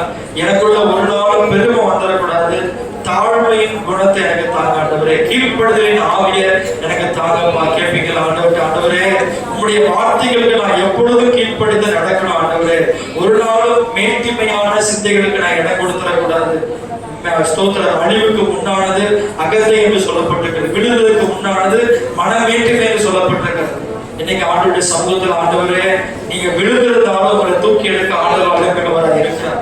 ஸ்தோத்திரம். இன்னைக்கு ஆண்டவர்கிட்ட ஒப்பு கொடுங்க. எந்த பெருமையான காரியம், ஏதாவது அந்த சிந்தைக்குள்ள பெருமை உங்களுக்குள்ள வந்திருந்ததுன்னா, உங்க வாழ்க்கையில பெருமையான பேச்சுகள் வந்திருந்ததுன்னா இன்னைக்கு ஆண்டவர்கிட்ட மன்னிப்பு கேளுங்க. ஆண்டவரே மன்னிங்கப்பா, அந்த பெருமையை கூட எனக்குள்ள வரக்கூடாது. எவ்வளவுதான் நீங்க என்னை உயர்த்தினாலும், எவ்வளவுதான் நீங்க என்னை மேன்மைப்படுத்தினாலும் எனக்குள்ள அந்த தாழ்மை, மன தாழ்மையை நீங்க தாங்க ஆண்டவரே. எப்பொழுதும் என் இருதயத்துக்குள்ள அன்பு இருக்கணும், நிறைந்து இருக்கணும். அன்புதான் சகலத்தையும் தாங்கும், அன்புதான் சகலத்தையும் சகிக்கும், அன்புதான் நம்மை எல்லாத்தையும் விசுவாசிக்கும், நம்பும் என்று சொல்லப்பட்டிருக்கிறது. இந்த வேளையில கூட ஆண்டவர்கிட்ட கேட்க, ஆண்டவரே அப்படிப்பட்ட தேவ அன்பை இதயத்துல ஊற்றப்படும். எல்லாரும் ஜெபம் பண்ணுங்க. இந்த வார்த்தைகளை வச்சு 3வதாக நம்ம கேட்க வேண்டிய ஒரு காரியம், ஆண்டவர்கிட்ட ஆண்டவரே ஐக்கியமா இருக்கணும். ஆண்டவர் உம்மோடு நான் ஐக்கியமா இருக்கணும், சபையோடு நான் ஐக்கியமா இருக்கணும், ஊழியக்காரங்களோடு நான் ஐக்கியமா இருக்கணும். அந்த ஐக்கியம் ஒரு நாளும் வீக்கா இருக்கக்கூடாது. ஆண்டவரே ஐக்கியம் பலப்படணும்ப்பா. ஆண்டவரே ஸ்தோத்திரம். ஐக்கியத்தை விட்டு பிரிக்கிற, உறவை விட்டு பிரிக்கிற, உண்மை விட்டு பிரிக்கிற எந்த பாவமும் எந்த காரியமும் இந்த வாழ்க்கையில் வந்துடக்கூடாது ஆண்டவரே. சில வேலை நம்முடைய ஸ்தோத்திர தவறான புரிந்து கொள்ளுதல் வந்திருக்கலாம். அதையே மனசுல வச்சு அப்படியே பிரித்தே வாழக்கூடாது. பிரித்து வாழ்வதனால எந்த ஒரு ஆதாயமும் எந்த ஒரு நன்மையும் கிடையாது. இன்னைக்கு ஆண்டவர் நாம் இணைந்து வாழ வேண்டும் என்று சொல்லி ஆண்டவர் விரும்புகிறார். ஒரு மனமாய் சேர்ந்து வாழ வேண்டும் என்று ஆண்டவர் விரும்புகிறார். இந்த வேளையில கூட ஆண்டவர் சொல்லுங்க, ஏசப்பா அந்த ஐக்கியத்தை எனக்கு தாங்க, கணவன் மனைவிக்குள்ள நல்ல ஐக்கியத்தை தாங்க, பெற்றோர் பிள்ளைகளுக்குள்ள நல்ல ஐக்கியத்தை தாங்க, ஊழியக்காரங்க விசுவாசிகளுக்குள்ள நல்ல ஐக்கியத்தை தாங்க. ஆண்டவரே எங்களுக்குள்ள ஐக்கியம் பலப்படுவதாக. இந்த பந்தியம் மூலமாய் ஆண்டவரே எங்களுக்கு ஐக்கியம் பலப்படட்டும். நாங்கள் எல்லோரும் ஒரே அப்பத்துல ஒரே சரீரத்தில் நாங்கள் பங்கு பெற போகிறோம். ஆண்டவரே இது எங்களுக்கு ஐக்கியத்தை வெளிப்படுத்துகிறது. ஆண்டவரே இந்த ஐக்கியத்தில் தொடர்ந்து நாங்கள் நினைத்திருக்க எங்களுக்கு உதவி செய்யப்பா. அப்படி நம்ம ஜெபம் பண்ணி முடிக்கணும். தகப்பனே உடான்படி சோதரப்பா, கற்றுக் கொடுத்த வார்த்தையின்படி வசனத்தின்படி ஆண்டவரே இந்த பந்தி ஆராதனையில் பங்கெடுத்த ஆண்டவரே ஒவ்வொரு குடும்பத்தையும் கர்த்தர் ஆசீர்வதிங்க. கேட்ட வசனத்தின்படி அப்பா உங்க கிருபையால் நாங்கள் ரட்சிக்கப்பட்டிருக்கோம். அப்பா எங்களை ரட்சித்ததுக்கு எங்களை எந்த தகுதியும் இல்லை. உங்களுடைய கிருபையினாலே எங்களை ரட்சிக்கப்பட்டிருக்கிற ஒரு நாள் அறிந்து பார்க்கணும்ப்பா. நீங்க எங்க மேல வச்ச அன்பு, உங்க அன்பு கல்வாரி அன்பு, தேவன் தம்முடைய ஒரே பரிசு குமாரனை விசுவாசிக்கிறேன் எவனோ அவன் கெட்டு போகாமல் ரட்சிக்கப்படும்படி அவரை தந்தை உலகத்தில் அன்பு கொண்டான் சொல்லப்படுகிறப்பா. அந்த கல்வாரி அன்பு அனைவரை குடும்பத்துக்குள்ளாக பரிசுத்த வாழ்க்கைக்குள்ளாக ஒவ்வொரு வாழ்க்கையிலும் அனைவரை தேவ அன்போடு நிரம்பி கல்வாரி அன்பிலே நிரம்பி ஒவ்வொரு குடும்பமும் அந்த ஆவிக்கின் வாழ்க்கையிலே வாழ கற்று உதவி செய்வாராக. ஒருவர் பாடத்தை ஒருவர் சுமந்து கிறிஸ்துவின் பிரமாணத்தை நிறைவேற்ற சொல்லப்படுகிறோம். அந்த வசனத்தின்படி ஆண்டவரே வாழ கற்று உதவி செய்கிற ராஜா தகப்பனே அப்பா நன்மை சோதரிக்கிறோம். அப்பா ஐக்கியம் வேணும். குடும்பத்தில் ஐக்கியம், ஆவிக்கின் வாழ்க்கையிலே ஐக்கியம், சகலருக்குள்ள ஐக்கியம் வேணும். அனைவரை கேட்டு இந்த மூன்று காரியத்தின்படி அனைவரை ஒவ்வொரு நாளும் இந்த பரிசுத்த வாழ்க்கையிலே வாழ கர்த்தர் உதவி செய்வாராக. பெருமையுள்ளவர்களுக்கு கர்த்தர் எதிர்க்கிறார், தாழ்மையுள்ளவர்களுக்கும் கிருபையை சொல்லப்படுகிறோம். அனைவரே சிலுவை முடிய வரணும். அனைவரை நீங்க தாழ்ந்தீங்களப்பா. அனைவரை சிலுவை மட்டும் முடிய வரணும். நீங்க தாழ்ந்ததுனால இதோபடி தேவன் அனைவரை எல்லா நாமத்துக்கு மேலான நாமத்தை உமக்கு தந்ததை அனைவரே உங்க உயர்த்தினை நாங்கள் பார்க்கிறோம் ஐயா. அனைவரே சோதரப்பா, பிசாசுக்கு எதிர்த்தீர்கள். அனைவரே சோத்து தேவனுக்கு கீழ்ப்படியுங்கள். பிசாசுக்கு எதிர்த்தீர்கள் சொல்லப்படுங்க. அனைவரே பிசாசு காரியங்களுக்கு நடை கொடுக்காதபடி கர்த்தருக்கு கீழ்ப்படிஞ்சு அனைவரே இந்த பரிசுத்த வாழ்க்கையிலே உங்களுடைய ஆசீர்வாதத்தை நன்மையை சொந்தத்துக்கு கொள்ள உதவி செய்யுங்க. நித்திய ஜீவனை தருவேன் என்பதே நீங்கள் ஒரு வாக்குத்தத்தம் பண்ணவா. அந்த வாக்குத்தத்தின் ஆசீர்வாதத்தை உடன்படிக்கிறது ஒவ்வொரு பிள்ளைகளும் ஒவ்வொரு குடும்பமும் சொந்தத்துக்கு கொள்ளும்படியாக கர்த்தர் உதவி செய்யுங்க. தாழ்த்தி ஒப்பு கொடுக்கிறோம் அப்பா. தொடர்ந்து இந்த வாரத்துல இருக்கிற எல்லா காரியங்களையும் கர்த்தர் பொறுப்பெடுத்து ஆசீர்வதிங்க. இயேசு நாமத்தில் கேட்கிறோம் ஜீவனுள்ள நல்லது. ஆமென். சேர்ந்து சொல்லுவோமா? என் ஆத்துமாவே கர்த்தரை ஸ்தோத்திரி, என் முழு உள்ளமே பரிசுத்த நாமத்தை ஸ்தோத்திரி. என் ஆத்துமாவே கர்த்தரை ஸ்தோத்திரி, கர்த்தர் செய்த சகல உபகாரங்களையும் என்று மறவாதே.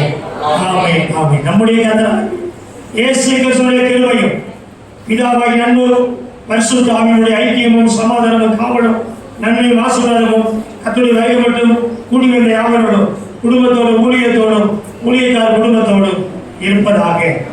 ஆமென். நம்முடைய கர்த்தராகிய இயேசு கிறிஸ்துவின் நாமத்தினாலே எப்பொழுது நமக்கு ஜெயம் கொடுக்கிற தேவனுக்கு ரெண்டு கரங்களை உயர்த்தி மூன்றடியில சொல்லுவோமா? மாரநாதா. ஆமென். கர்த்தராகிய இயேசுவே சீக்கிரமாக பாருங்கள். கர்த்தருக்கு ஸ்தோத்திரம். ஒருவருக்கு ஒருவர் வலதுகையை கொடுத்து ஐக்கியத்தை வெளிப்படுத்துங்க.